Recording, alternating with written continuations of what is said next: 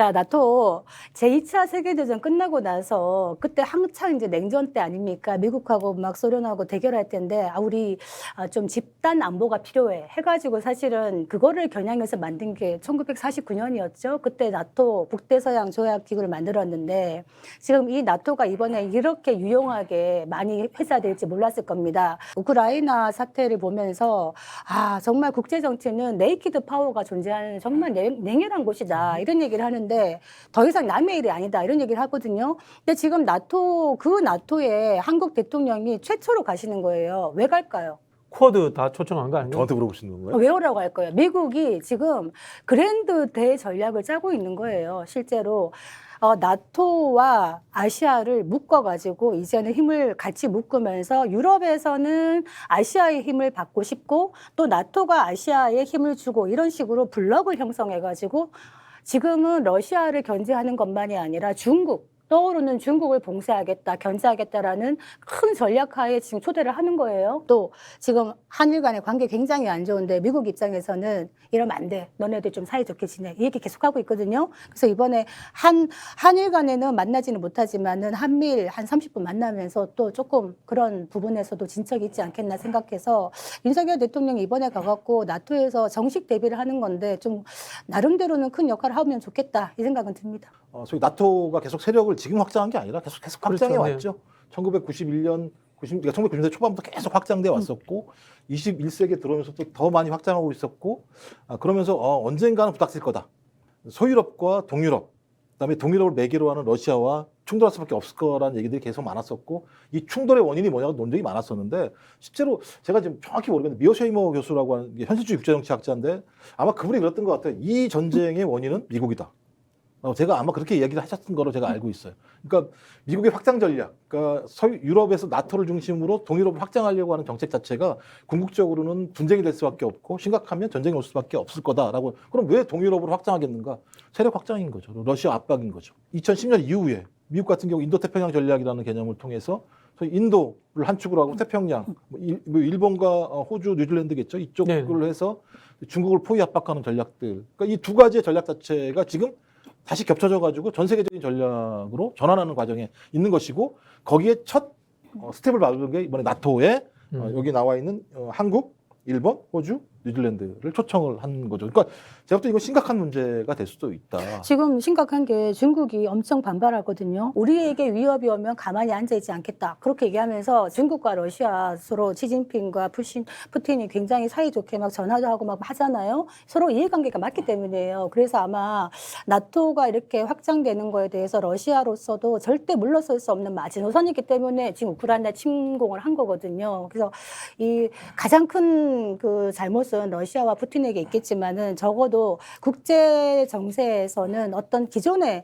현실적인 그 구도를 바꾸려는 이 노력이 결국에는 국민들을 전쟁의 희생자로 만들고 만다. 이런 측면에서 윤석열 대통령의 인식 중에 저는 약간 걱정스러운 것이 우크라이나가 나토에 진작 가입하지 않아가지고 이런 문제가 생겼다라고 얘기하는 부분에 대해서는 저는 좀 걱정입니다. 왜냐하면은 당시 우크라이나가 양해각서를 체결하면서 굉장한 핵 보유국이었고 핵 강대국이었는데 모든 핵을 다 포기하고 러시아에 넘겼거든요. 근데 지금 우크라이나가 이렇게 국민들이 죽어나가는 판에 미국이나 서방 국가들이 굉장히 많이 도와주는 것 같지만 실제로 정말 현실적인 큰 도움 주지 않아요. 군사 개입 안 하거든요. 그렇기 때문에 자국의 안보는 자국이 지킬 수밖에 없다. 이런 생각이 드는데 당시에 우크라이나가 나토에 가입하려고 했는데 당시에 반대했어요. 그래서 못 들어간 거예요. 그렇기 때문에 윤석열 대통령도 조금 국제정치 는 조금 더 전문가분들과 조금 더 공부를 하실 필요는 있겠다. 그런 생각은 듭니다. 저도 고민스러운 게 이제 미국에서 직접 얘기하는 게 단기적인 위협은 러시아라고 하고 장기적인 위협은 중국이라고 얘기를 하는 건데 이걸 견제하겠다는 거 아니겠습니까? 근데 이제 이 문제는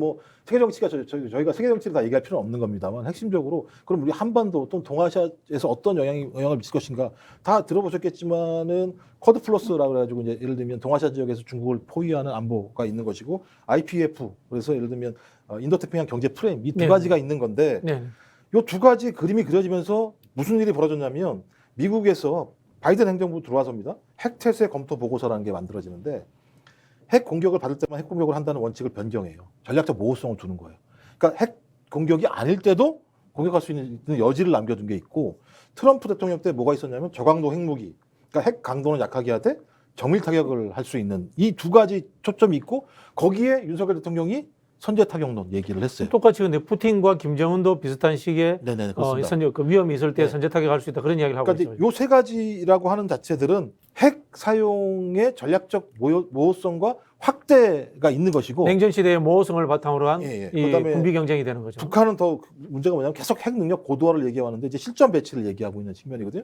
단중거리 미사일 정확도를 향상시키거나 신형 중거리 미사일 배치하는 문제로 갈 거라고요. 그렇게 되면 이게 ICBM 문제뿐만 아니라 매번 제가 볼 때 NSC를 열어야 될 상황이 벌어질 수도 있어요. 그리고 NSC 열 때마다 아마 야당 그럴 거예요. 대통령 왜 참석 안 했냐고 얘기가 나올 거예요.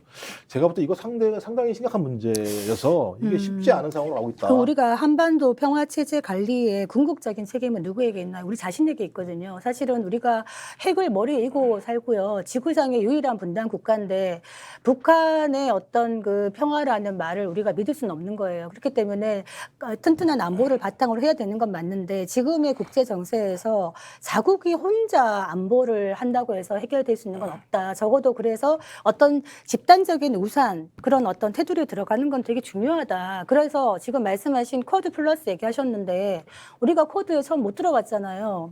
못 들어가고 나니까 지금 쿼드 플러스 들어가려고 하니까 너무 힘든 거예요. 왜냐하면 일본이 절대 지금 못 들어가게 난리를 치거든요. 그래서 어떤 조직이 만들어질 때는 사실 빠른 판단을 해야 되고 선택과 집중을 해서 이것이 우리의 국익에 도움이 된다 그러면은 사실은 처음부터 들어가는 게 맞습니다. 그래서 지금 아까 얘기하신 인도태평양 경제 프레임 이 부분도 우리가 신중하게 고민을 해야 되는 부분이다. 단 이 과정에서 중국과 러시아를 적대로 돌리는 이런 또 부작용이 발생할 수 있기 때문에 이거 굉장히 아슬아슬한 이 부분이 있다. 그래서 굉장히 이거는 정말 국익이라는 거 하나만 갖고 사실은 논의를 해야 되는 부분이 아닌가 싶은데 지금 나토를 가셨는데 가서 이런 부분을 잘할 수 과연 있을까?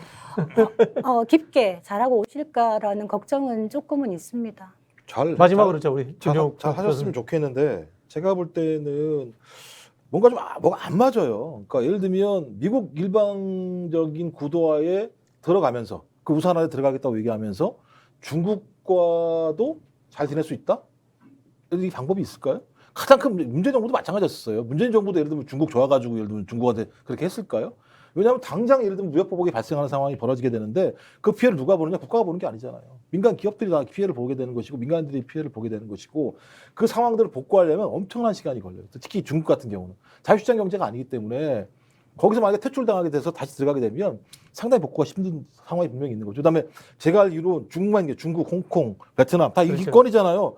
우리 무역의 거의 40%를 차지해요, 실제적으로. 그러니까 저는 뭐 마음은 알겠어요. 저도 마음만 같으면 아우 저 진짜 왜 저렇게 하지? 딴 데 양 이러고 싶은데 그러지 못하는 이유는 쥐어 박았을 때 발생할 문제에 대해서 책임질 수가 없다라는 부분이 분명히 있거든요. 근데 뭐 어쩔 수 없어요. 이제 아주 냉정하게 말씀드리면 예전까지는 우리가 중국과 미국 간의 신냉전이다 얘기하고 중미 갈등, G2 간의 갈등에서 우리가 뭐 중간에서 줄타기를 잘해야 된다, 균형 외교를 해야 된다, 지금까지 얘기했는데 지금의 시점에서는 엄밀하게 냉정하게 말씀드리면 더 이상은 줄타기는 불가능합니다. 어느 한쪽을 선택할 수밖에 없는 상황으로 계속 내몰리고 있다, 한국이 적어도. 그렇다면 미우나 고우나 중국이냐 미국이냐 했을 때는 사실은 우리가 이제 뭐 안보나 자유민주주의 가치나 이런 걸 봤을 때 미국하고 더 밀착할 수밖에 없는 현실적인 한계가 있어요. 다만 밀착이 왔습니다. 미국하고 관계가 사실은 이제 한미동맹이라는 게 예전 같은 한미동맹이 아니죠. 예전에는 피로서 맺어진 동맹이고 뭐 자유민주주의 가치 이런 얘기 했는데 이제는 트럼프 이후에는 가치고 뭐시고 간에 이제는 실익, 각자 자기들에게 이익되는 방향으로만 계산적인 동맹으로 가고 있다. 이런 측면에서 우리도 철저하게 계산해야 된다. 다만 중국하고 뭐 우리가 문재인 정부 때 조금 눈치를 더 본 것 같아요. 근데 그래서 중국이 우리한테 해준 게 뭐냐? 이렇게 한번 물어본다. 자 이제 그 김종욱 박사 자 30초, 10초만 이야기하고 끝내겠습니다. 그러니까 그거 정확히 해야 되는데요. 예를 들면 진보주의자라고 얘기해서 동맹의 가치를 갖다가 폄훼하는 게 아니라니까요. 조용히 도 할 수 있다는 거예요. 현무 2, 3, 4 시리즈 같은 경우는 굉장히 무서운 무기예요. 우리는 얘기 안 할 뿐인 거죠. 북한 다 알고 있어요. SLBM 성공했어요. 그러니까 조용히도 할 수 있다는 거예요. 그러니까 다 드러내고 할 필요는 없다는 거예요. 진짜 국익을 위해서라면 숨길 건 숨기면서 차근차근 준비해 나가고 필요할 때는 싸우더라도. 근데 제가 볼 때는 너무 한쪽으로만 가고 있다는 거예요. 예를 들면 시소가 한쪽으로만 기울어 있으니까 뻔한 싸움이 벌어지게 된다. 저는 그래서 좀 모호성도 필요하다는 말씀 드리는 거예요.